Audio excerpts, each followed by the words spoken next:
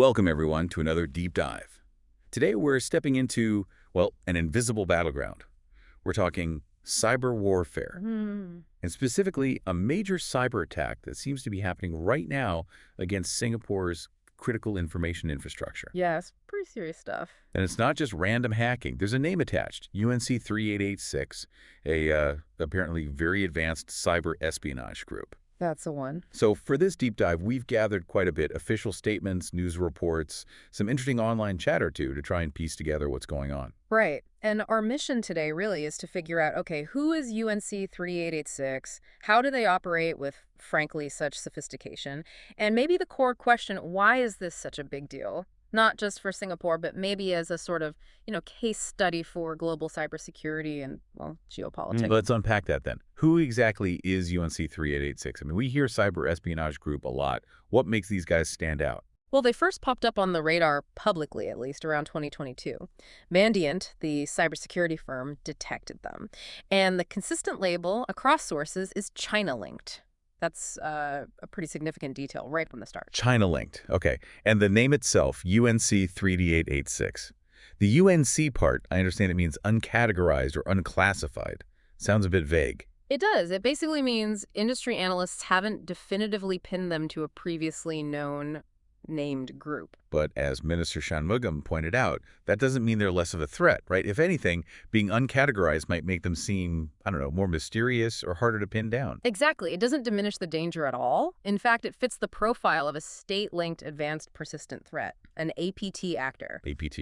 Okay, break that down. Why is that classification so important here? Because APT employs resources, skill, and crucially intent that go way beyond your typical cybercriminals. We're talking nation-state level capabilities. It's not about quick money. It's strategic. The persistent part is key. They aim for long-term access. So constant pressure. Constant pressure, intelligence gathering, long-term spying.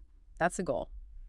They're described as a menace to national security in, well, potentially many countries. Okay, so that's the who.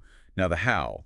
And this is where it gets really interesting, I think. Yeah. How does a group this sophisticated actually get inside hardened targets, like critical infrastructure? Yeah, their methods are described as highly adept, sophisticated, cautious, and evasive. They don't just barge in. They use custom malware, for one. Stuff built specifically for the target. Tailor-made tools. Exactly. And very cleverly, they also use tools that are already on the victim system, living off the land, as it's called. It helps them blend in. Makes sense. Harder to spot something unusual if it looks like normal activity. Precisely. But the real kicker, often, is their use of zero-day exploits. 0 days. Right. These are the vulnerabilities that nobody else, not even the software maker, knows about yet. That's right. Unpatched vulnerabilities. It gives them a golden key, an entry point that defenses aren't looking for. And the sources say they use these particularly against network devices, hypervisors, virtual machines. Why is that significant? Because those are foundational. If you compromise a router or the hypervisor managing virtual machines, you're not just inside one application. You're potentially underneath almost everything. You can gain really deep, persistent access that's incredibly hard to detect and read out. Like getting into the building's foundations instead of just picking a single lock. That's a good analogy, yeah. Yeah. And it gives them a huge advantage. And we have concrete examples, right? Routers from Juniper, security devices from Fortinet, VMware virtual machines. These aren't small players. No, they're major vendors. It shows the breadth of UNC3886's capabilities. They find flaws in widely used critical systems. So they find a 0 day, get in deep. Yeah. What about that persistent part again? Right, so APTs, advanced persistent threats, even if they get caught, even if they're kicked out of a network, they don't just give up. Our sources are clear they will try to get back in. It's relentless. A constant battle for the defenders. Wow. Okay, so it's not a one-off hit, it's a campaign. Exactly. A long-term siege. Which brings us back to Singapore. What does this specific ongoing attack mean right now for the country, for people listening who rely on these services? Well, the big moment was July 18th, 2025. That's when Coordinating Minister for National Security, Shanmugam, publicly named UNC3886.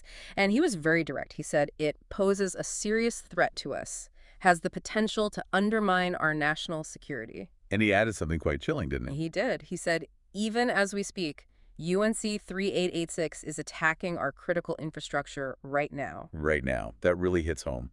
It's not theoretical. Not at all. And their intent seems clear, based on the minister's statement, going after high-value strategic targets, the vital infrastructure that deliver essential services, the goal.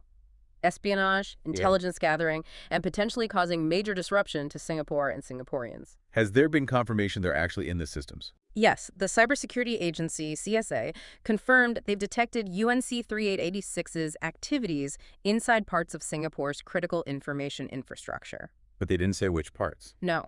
For operational security reasons, they haven't specified which sectors are affected. And just to remind listeners, Singapore has 11 of these critical sectors, right? Yeah. Aviation, healthcare, transport, water, banking.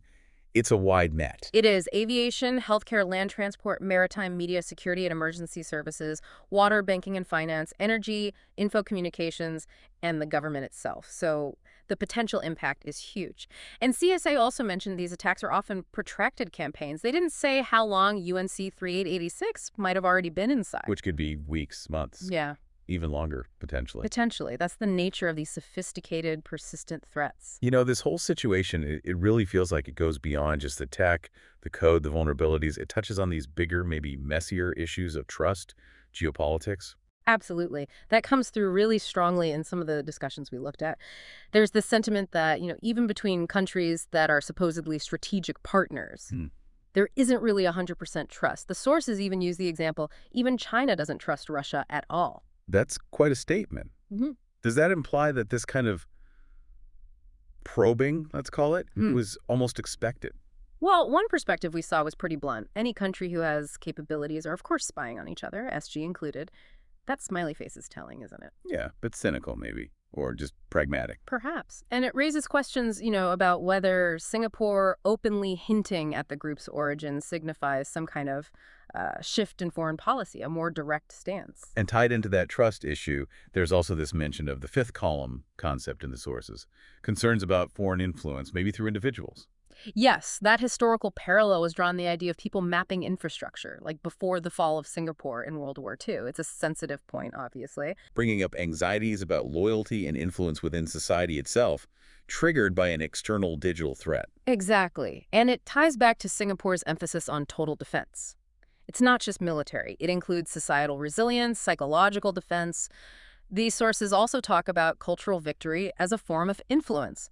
The takeaway seems to be, look, no matter how friendly other nations seem, you always need your own strong defense. Self-reliance is paramount, trust is earned, maybe never fully given in this sphere. And thinking about defense, this kind of advanced threat, it's not entirely new for Singapore, is it? They've faced sophisticated attacks before. Oh, definitely not new. They have a history here. Back in 2014, the Ministry of Foreign Affairs had a breach.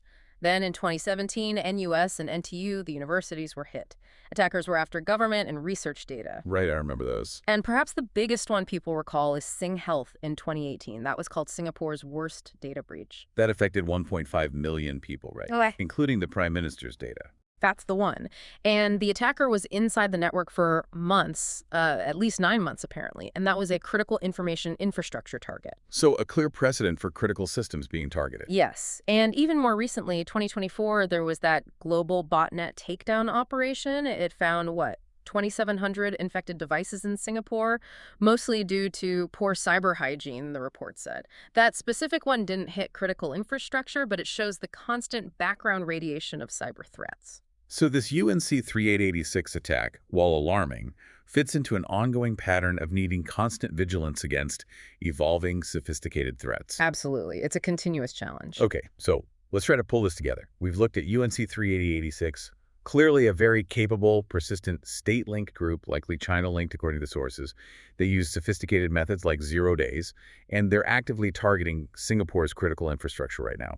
And this whole thing really underscores that complex dance between high technology and, global power dynamics. Definitely. It highlights that these threats aren't going away. If anything, they're becoming more integrated into international relations. It demands constant vigilance, resilience, a really deep understanding of this shifting landscape. That goes for governments, organizations, even individuals. It's a constantly moving target. So to leave our listeners with something to think about, considering this relentless nature of state-linked cyber espionage and how interconnected everything is digitally, What do you think is the single most critical element we need to focus on? Is it purely better technology, more international cooperation, or does it come down to something like individual awareness and cyber hygiene to truly strengthen our defenses against these